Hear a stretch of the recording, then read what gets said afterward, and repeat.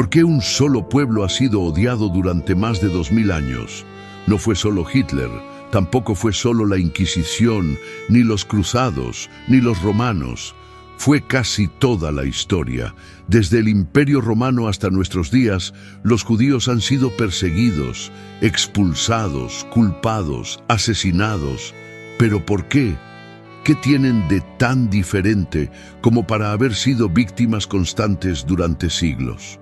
Prepárate para una historia incómoda, intensa y absolutamente necesaria. Pero antes de lanzarnos a esta épica historia, asegúrate de suscribirte al canal y dejar un comentario contándonos qué otra civilización legendaria te gustaría ver aquí. Ahora sí, imagina un mundo donde puedes adorar a cualquier dios, menos negarte a adorar a todos ellos. Así era Roma, un imperio que conquistaba con espadas, pero también con tolerancia religiosa. Allí, los egipcios oraban a sus dioses, los griegos ofrecían sacrificios y decenas de pueblos traían sus creencias como equipaje cultural. Mientras no se opusieran al culto imperial, todo era negociable. Todo, excepto lo que no podía negociarse: la lealtad absoluta al emperador, considerado casi divino. Y entonces llegaron ellos. Los judíos no eran como los demás pueblos sometidos. No traían un panteón de dioses, sino solo uno. Uno que, para colmo, estaba por encima de todos. No aceptarían imágenes, ni estatuas, ni emperadores divinizados. Para Roma, eso no era solo rareza, era desafío. Era rebeldía disfrazada de fe. Tácito, el gran historiador romano, algo así como el influencer del siglo I, no tuvo reparos en describirlos como obstinados y arrogantes. No comían como los demás, no trabajaban en sábado, no rendían culto al César, no se mezclaban. Y lo peor, no querían mezclarse. El emperador Tiberio, harto de sus costumbres inflexibles, ordenó en el año 19 d.C. su expulsión de Roma. ¿La excusa? Estaban contaminando a los ciudadanos romanos con su fe. Pero la verdad era otra. Roma no sabía qué hacer con un pueblo que no se rendía cultural ni espiritualmente.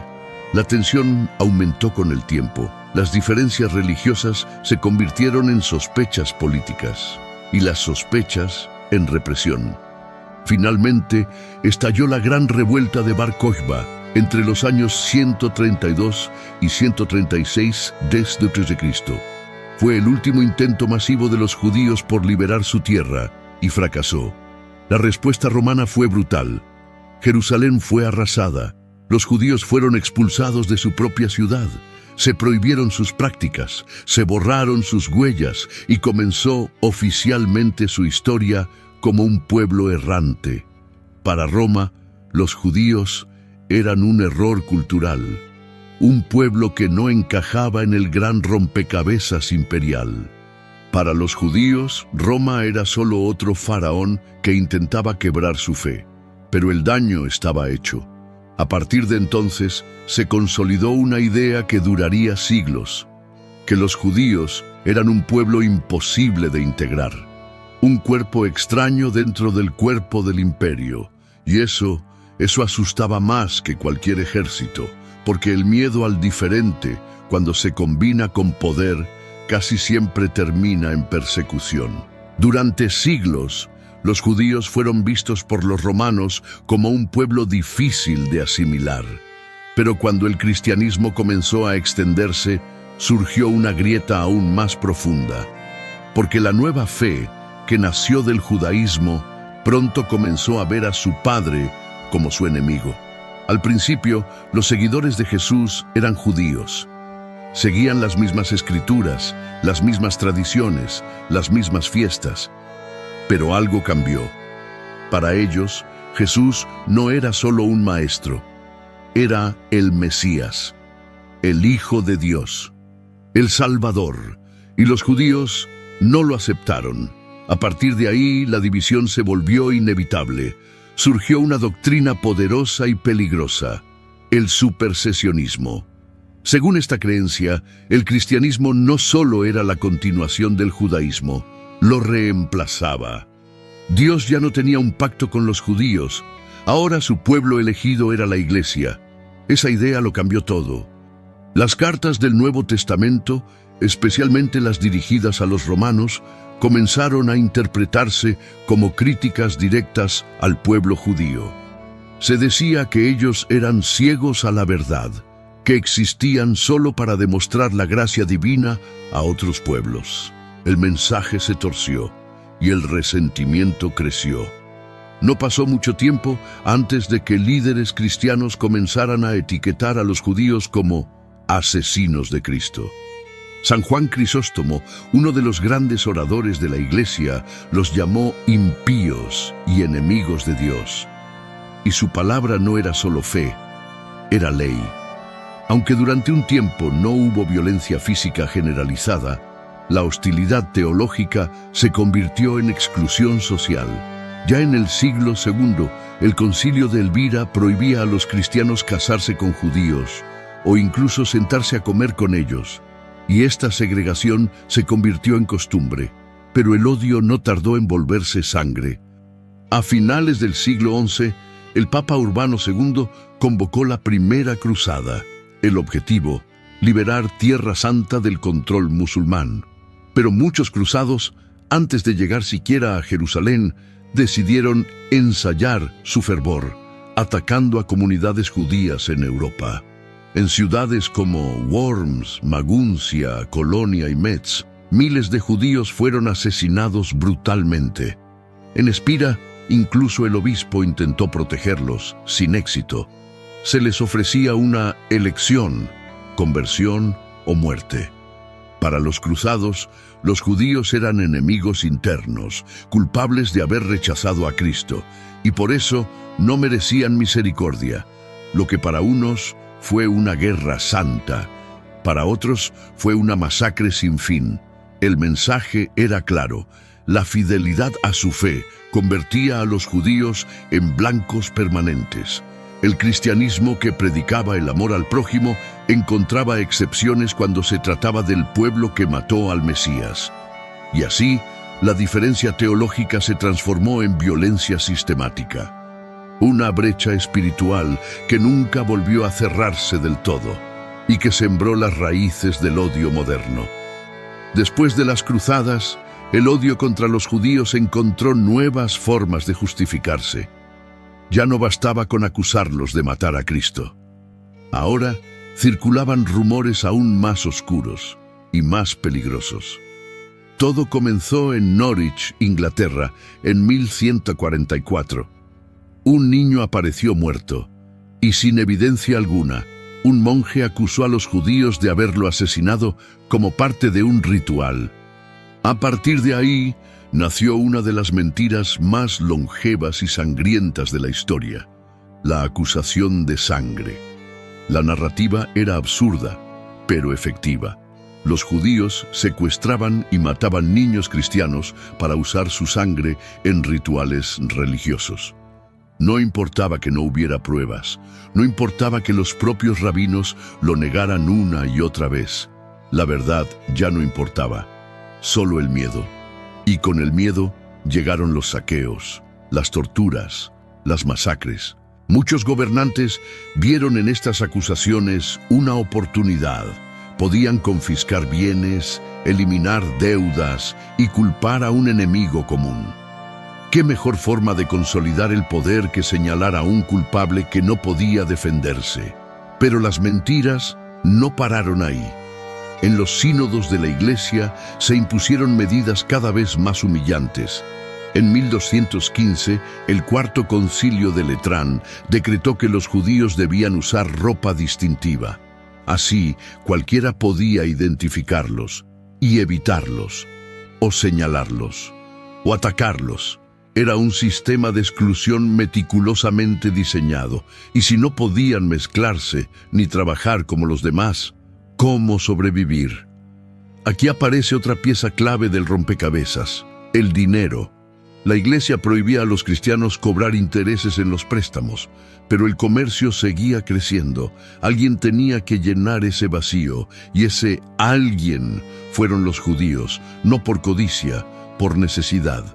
Como no podían poseer tierras, ni entrar en gremios, ni ejercer oficios comunes, la única vía que les quedaba era el préstamo de dinero. Y eso los hizo aún más odiados. Se convirtieron en los prestamistas de Europa, los banqueros de reyes y comerciantes. Y pronto la narrativa cambió otra vez. Ahora se decía que los judíos eran avaros, corruptos, amantes del oro. El estereotipo estaba completo.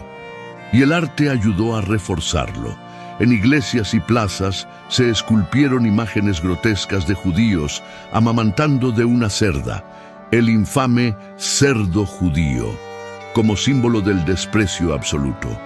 Algunas de esas esculturas todavía existen, como cicatrices de piedra que el tiempo se ha negado a borrar. El odio ya no necesitaba lógica. Tenía historia, religión, política y ahora también economía. Los judíos no solo eran culpables por lo que creían, sino también por cómo sobrevivían. Y sobrevivir en esa época era casi un crimen. Siglo XIV. Europa arde en fiebre. La peste negra recorre el continente como una sombra maldita, devorando ciudades enteras. No hay cura, no hay explicación, solo muerte y terror. En tiempos así, la lógica es la primera en morir. Alguien difundió un rumor. Los pozos estaban siendo envenenados. ¿Por quién? Por los judíos, decían, porque no se enfermaban tanto, porque vivían agrupados, porque eran distintos. Y en la mente de muchos, distinto era igual a culpable. En 1348, un hombre llamado Aimet fue brutalmente torturado hasta confesar que por orden de un rabino había contaminado fuentes de agua en Venecia y Toulouse. Aquella confesión, obtenida bajo gritos, fue suficiente para prender la mecha. Lo que siguió fue una oleada de violencia irracional. En Estrasburgo, el 14 de febrero de 1349, cerca de 900 judíos fueron quemados vivos en una plaza pública. En Basilea exterminaron a toda la comunidad. En Zúrich y Ginebra, los pogroms fueron igual de despiadados. Pero la peste no se detenía. Y mientras el número de muertos aumentaba, también lo hacía la sed de venganza. No importaba que no hubiera pruebas. No importaba que los judíos también murieran por la peste. Para muchos, la mentira ya se había convertido en verdad sagrada. Y una vez más, el miedo se transformó en excusa para el exterminio. Según algunas estimaciones, cerca del 60% de los judíos europeos murieron durante la peste, pero no por la enfermedad, sino por las llamas. El propio Papa Clemente VI intentó frenar la masacre, emitiendo bulas en defensa de los judíos. Pero fue como intentar apagar un incendio con palabras. La multitud no escuchaba razones, solo quería sangre. Y aún en medio del horror, surgieron excepciones. En Milán, por ejemplo, el duque decidió proteger a los judíos. Sabía que eran necesarios para la economía. Allí, la comunidad sobrevivió, pero fue una excepción solitaria. En un continente en llamas, la peste no solo mató cuerpos, mató conciencias, y cuando terminó, dejó tras de sí pueblos vacíos y corazones llenos de odio. El antisemitismo ya no era solo un prejuicio, era una costumbre arraigada, una reacción automática, porque cuando una sociedad entera aprende a culpar al mismo grupo, la verdad deja de importar. Siglo XIX. Europa vibra con los avances científicos. El progreso parece imparable. Electricidad, locomotoras, telescopios, vacunas, pero junto con la ciencia, también surge la pseudociencia, y en ese caldo de cultivo, el antisemitismo muta otra vez. Ya no se trata solo de religión, ni de economía, ni de rituales falsos. Ahora el argumento es biológico. En 1879, un periodista alemán llamado Wilhelm Marr acuñó una palabra nueva: antisemitismo, y lo hizo para quitarle el componente religioso y transformarlo en una teoría racional. La nueva narrativa decía que los judíos no eran simplemente diferentes, eran otra raza, una inferior, incompatible con la civilización europea. Intelectuales como Arthur de Gobineau escribieron tratados sobre la desigualdad de las razas humanas. La eugenesia, una rama de la biología malinterpretada y manipulada, comenzó a ganar fuerza. Clasificaba a los pueblos por calidad genética y adivina qué lugar le asignaban a los judíos. Una vez más, la ciencia fue usada como arma. Con estas teorías se implementaron restricciones concretas. Los judíos fueron excluidos de universidades, prohibidos en ciertas profesiones, impedidos de casarse con no judíos. En varios países, sus posibilidades de inmigrar se redujeron drásticamente, y todo esto con el aval de supuestos estudios científicos. Pero el odio no se detuvo ahí. En 1894, el caso Dreyfus sacudió Francia. Alfred Dreyfus, un oficial judío del ejército, fue acusado falsamente de traición. La prensa lo condenó antes del juicio. La opinión pública pedía su cabeza. Aunque más tarde fue absuelto, el mensaje había quedado claro: bastaba con ser judío para ser sospechoso. Ese mismo espíritu alimentó teorías conspirativas que hasta hoy sobreviven, como los protocolos de los sabios de Sion, un texto fraudulento que aseguraba que los judíos tenían un plan secreto para dominar el mundo. A pesar de haber sido desmentido múltiples veces, muchos aún lo creen. Y así, con tinta y papel, se fue sembrando el terreno para algo peor, porque cuando el racismo se disfraza de ciencia, el odio ya no necesita justificar nada. Se vuelve ley, se vuelve política, se vuelve inevitable. Tras la Primera Guerra Mundial, Alemania quedó rota, derrotada, humillada, arruinada. En esa desesperación, millones buscaron respuestas, un culpable, un rostro para su dolor, y apareció uno. Adolf Hitler, un veterano frustrado, encontró en el antisemitismo su discurso más poderoso. No lo inventó, lo heredó y lo convirtió en doctrina. En su visión del mundo, los judíos eran la raíz de todos los males: la crisis económica, la decadencia moral, el comunismo, el capitalismo, todo.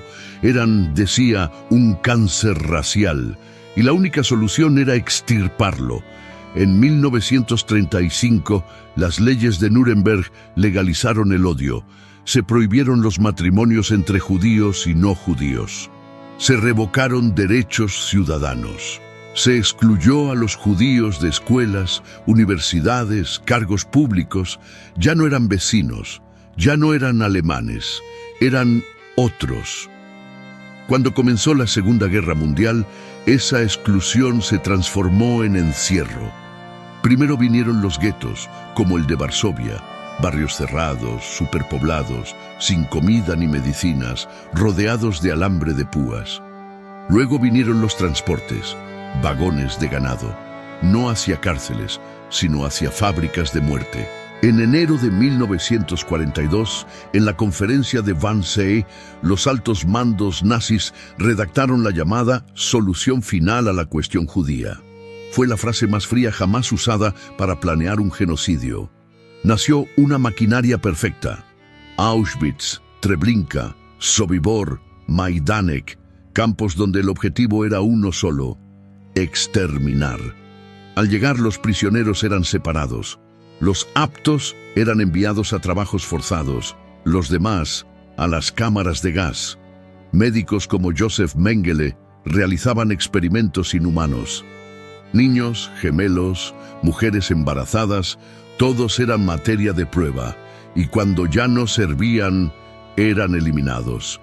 Pero lo más escalofriante es que no solo fueron los nazis. En toda Europa, personas comunes, Vecinos, empleados, comerciantes colaboraron con las deportaciones.